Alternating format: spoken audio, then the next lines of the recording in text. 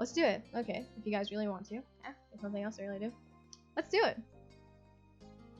He strolled across the road as it grouped down to the beach and then to the left. It took less than 50 minutes to arrive, one of the conveniences, a Sunset Bird. The four of you looked around at the familiar shops, trying to see if anything caught your attention this time. Derek was the most enthusiastic. He checked out every stall with his eyes wide with wonder. Elizabeth and Cove were in good spirits as well. That's so cool! He ran over to the street magician, who was currently doing a card trick for a group of enchanted tourists. Derek clapped when the magician showed a middle-aged man his card. Derek turned back to the group with a curious gleam on his face. What does it take to perform here anyway? Do you have to ask somebody, or do you just show up and start doing stuff? Who would even... Wow. Who would you even ask? It's a public street. Hey, Miss Mayor, can I pull a rabbit out of my hat? Please. Flopsies is well behaved, I promise. Derek chuckled, his eyes searching up and down the sea. Maybe there's a boss of the shopping street. No one does any of this around my neighborhood. It's just regular stores behind walls. It's different if someone wants a real store. But here, I'm pretty sure people are just putting up their little shows whenever they want to and whatever. That's so neat. Would we be allowed to do something too? Cove laughed, and Derek began almost vibrating with excitement. Elizabeth rolled her eyes. What would we do? Well, I don't know, not yet. I mean, I just found out it's a possibility, you know? But there's gotta be something. We know cool stuff. I'm sure if we think about it, we could plan a show that'll really get a crowd pumped. You thought it was a great idea and wanted to be a part of it. You felt he could try this idea on his own. You thought Derek needed to abandon that bad idea stat. You gave a look to the other. I felt he could try this idea on his own. I wonder if I could do some soccer tricks. Do you think that'd work? I don't know yet. With some amusement, the gang continued to peruse the stalls. Elizabeth found some earrings with a dangling, badly misprinted globe that everybody laughed at. Cove picked out a blob as Iceland, but Derek thought that it had to be Greenland.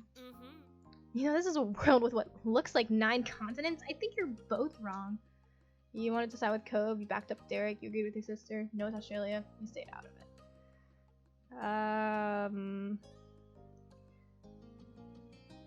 I think in this situation, my sister's probably right. Elizabeth makes a good point.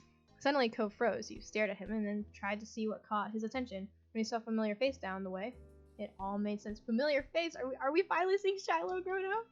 How do you see this? Between the crowds, his bright hair stood out like neon green bowl in a kitchen. It was Jeremy. Who's Jeremy? Jeremy slowly drifted his eyes down the street, and his eyes widened in mutual recognition. He definitely noticed. Oh, it's that annoying kid. Ah, screw that guy. Derek frowned and Cove sighed. Neither of them were happy to see him again. To their shock, he glared at you. Jeremy, you waved at Jeremy. You decided to smile at Jeremy. You looked away. I'd probably look away. You didn't want to even start with Jeremy shenanigans today. Elizabeth raised an eyebrow. Her gaze swept over Jeremy without a hint of a clue. Jeremy simply scoffed to himself and waded deeper into the crowd of people. Derek relaxed and exhaled loudly. I'm glad he's not going to start anything. He peeked over at Elizabeth with a tiny smirk. See, that was the mean kid. What? She still didn't get it. The first summer day hadn't made nearly as much of an impression on her as it did for Derek. But he smiled and waved it off. Just forget about him. I already have. He laughed and Cove smiled slightly. He seemed in a much better mood, now that Jeremy was gone. Your eyes wandered over to where Jeremy disappeared. You hadn't forgotten the day you met him either. He was going to be in a town for a vacation with the parents he hated. That glimpse was probably the last time you would ever see him. You mentioned that realization to everyone. You kept the thought to yourself. I mentioned to everyone. Jeremy's probably gone for good now. It's time for him to go back to wherever he's from. Yeah. Guess we don't have to worry about that guy anymore. Derek kicked at a little rock in the road. It clattered forward and then rolled under a stall. But I still think it's kind of sad Jeremy turned out to be, well, like he is. It would have been nice to make another friend. Ko shook his head. He was clearly not broken up over what might have been. Good riddance. I think I might want to see him again sometimes. Maybe he'll become nicer in the future. I'm happy it's over. Good riddance. Elizabeth rolled her eyes at the strange farewell to the odd boy. Not interested in the slightest, she clearly didn't understand his impact, and at this point, she didn't want to understand. You couldn't help but wonder, though. What would have happened if you would have interacted with Jeremy more? You were glad that you wouldn't find out. Yeah. Jeremy was unlike anyone you had ever met before. You thought he was horrible, you thought he was weird, you thought he was stupid, you thought he was kind of pitiful. You thought he was kind of okay. You didn't know what to think about him. I think he's horrible. You and the group moved on from the stall and from Jeremy. It didn't take long for everyone to return to the joking. You all enjoyed what little time you had left as Elizabeth mentioned the hour was almost up. The little trip had flown by and lunch must have been waiting for you now. Derek bounced on the balls of his feet. Come on, guys, are the voice clips glitched out right now? Come on, guys, let's go so we can eat. I'm starving. Where would we see that? Config? Medium, scene text. If we just turn this up a bit.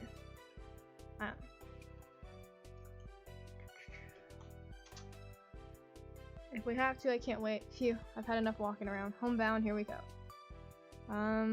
Phew, I've had enough walking around. Yeah, I don't do that. Coach stretched one of his arms lazily. Let's go then. You looked at him appraisingly. You asked Cove to carry you back to the house. You nodded. Why would I do that? That's so weird. You nodded at him. Then you followed Elizabeth as she took it upon herself to lead the way home. She walked fast, much faster than Derek preferred. She kept gaining a lead, and then Derek would jog back up to the group. With Cove's long legs, he had no trouble keeping up. You moved to the front with Elizabeth. You walked side by side with Cove. You stayed with Derek. I guess I'm the closest with Cove, so... You walked side by side with Cove. You kept close to your neighbor. You both chatted about things you've seen at the shopping street with Derek chiming in every so often. You caught Cove smiling at you a couple times. He was happy you were spending time with him. It was a pleasant walk home, and in no time, you had made it back. How's the audio looking? I can lower the audio, actually. So, yeah, that looks better. Derek got the front door and held it open for everyone as you each moseyed inside. The three parents were still in the kitchen. They looked up and waved. Welcome back, everyone. You made it just in time. Hey. I hope you're hungry. So did everyone have a nice time out? She gestured for people to take a seat at the table. Plates and silverware have already been placed out. You took your normal seat. Elizabeth sat across from you, and Derek took the seat to your left. Cove sat on your right. Yeah. Oh yeah, we had a great time. It was fine. I had fun. I really liked it. It was okay, I guess. Yeah, the bank heist went off without a hitch. I really liked it. That's good in my book. Casually, Mr. Holden sat in the empty seat across from Cove. He smiled at you all and other kids.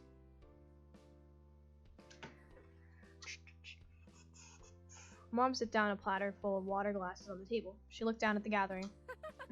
It's a good thing we have 8 chairs. I can't imagine. Remember the last time we've had a group this big over for a meal. Can you pass the drinks down the other side? Make sure you all get one. Sure. Those close to the cups obliged and started offering waters around. As everyone got set up, Ma chided Elizabeth to take her elbows off the table. No. And you shouldn't slouch. I'm just like slouching right now. She pointed to Mr. Holden, who was leaning forward with both arms on the table. Yeah, I think when I was a kid, my parents never were like, get your elbows off the table. Like, you never see it. So I felt like that was a problem. Oops. Mr. Holden seemed unsure about all the sudden attention and carefully rearranged his posture to something sustainable for a fancy dinner. He smiled sheepishly at Ma. Elizabeth rolled her eyes, and Ma gave a level look at her. You shouldn't be impolite to a guest in the house either. Elizabeth groaned long, suffering. Ma giggled, and Mr. Holden chuckled. Not bad. A lot of you could learn a thing or two from Derek. He has the best manners here. Really? Derek blushed, but it was true. His posture was upright and formal. He even held his fork gracefully. His table mirrored on top of all his attempts to aid your parents made him the model of meal attendee behavior. Aww. It's nothing. It's true though. You have been a lovely guest. I've noticed that too. It's always nice when you stay over, Derek. Derek smiled and sat a little taller in his chair. And do you have anything good to say about our other guests? She looked deliberately at Cove with a teasing smirk. Or is there just nothing to say? Well, Cove is my number 1, but he does still clean his hands by wiping them on his pants. Call him out. Cove frowned at that and absently brushed his hands on his pant legs. Your mom's laughed lightly. There. Elizabeth, you should know after all these years, Cove is hardly a guest anymore. Cove smiled awkwardly. Thanks.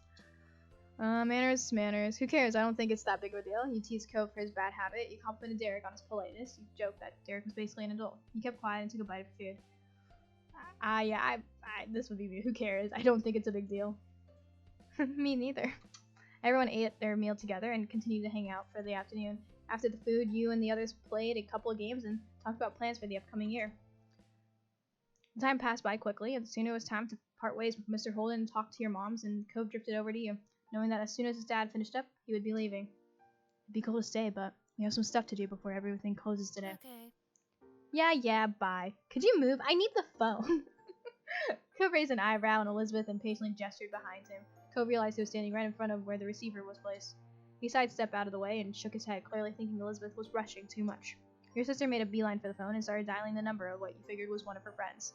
Knowing Elizabeth, she was going to be on there for a while. You, Cove, and Derek shuffled closer to the door. It seemed like Mr. Holden was wrapping up his conversation. Someone started saying their various farewells. Talk to you later. See you later, Cove. We gotta do this again sometime. Yeah, see you. Cove turned to you and smiled slightly. Bye, Z. You hugged Cove goodbye, you patted Cove on the back. You nudged Cove's shoulder, you ruffled Cove's hair. I'd probably just wave. You waved. You accompanied the gesture with a smile on your face. Cove waved back with a warm look in his eyes. I'll see you soon, okay? Seriously, dude? We'll have to hang out later. I'm gonna miss you during school. He offered Cove a high five, and the two boys clapped their hands together. Cove and his dad left soon after that. Your parents started cleaning up the house, and Elizabeth was still chatting to her friends on the phone. It was just you and Derek left. He elected to stay outside in front of the house to wait for his dad to pick him up. You decided to keep your guest company, although he was originally Cove's visitor. A light summer breeze blew through your hair, and Derek shifted his weight from foot to foot. Thanks for waiting for me, with me. He kicked at the ground distractingly. Well, Dad's still gonna be a while, so you wanna go for a walk? Sure, I don't mind. The two of you walked down the streets again, just wandering without a destination plan. It was a quiet stroll, too quiet for Derek breathing the company. You turned to him when you had noticed that he wasn't saying a word. That was unusual. Derek always had something he could chat about. You weren't sure if you should ask about it. Somehow you ended up at the old park near the beach. You glanced over to Derek once more, still expecting him to say something any second now. However, nothing came from him. In fact, now you noticed a frown creeping on his face. Derek smiled when he realized you were watching. At least his mouth was turned up. There wasn't anything that really felt happy in the expression. He turned away and the smile fell off his face. His eyes stared intently at the ground and you raised an eyebrow. Is everything okay? If you want to talk about something, I'm here. Derek, what's going on? If you want to talk about something, I'm here. I'm a little sad. It's just with school starting back up again, it's gonna be harder to visit. I'm gonna have homework and clubs and practice and everything else. this sucks. It really sucks. We go to different schools. His face screwed up and his fists were closed tightly together. This was really concerning him. What if we don't have time? You channeled some optimism in the conversation. You shared those worries. I'd probably try to put optimism in there. We'll make time. We can talk over the phone, have plans for weekends. It'll be okay. Derek looked up at the sky. It was orange and purple with little wisps of clouds scattered around. A plane flew high with a jet stream trailing behind it. Then he turned to the ground again. Derek's face was tilted far enough down that it was hard to read his expression. Hey Z, I actually wanted to talk to you about something, if you don't mind. There was a pause and you waited for him to finish his thought. Sorry. I was just wondering, do you like guys at all? Like, would you ever want to be with someone who was a boy? Sorry if that's a weird ask. I could be with a guy, maybe. I don't know. He didn't answer. I kind of don't want to talk about that. I could be with a guy. Okay, then. He had to say before finishing his question. So.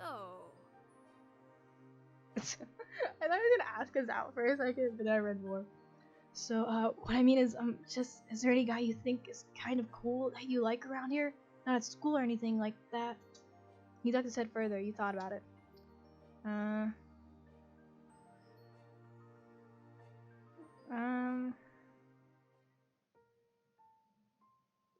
Wait, why can I say I like you? Because it's like, I thought Cove was the only love interest.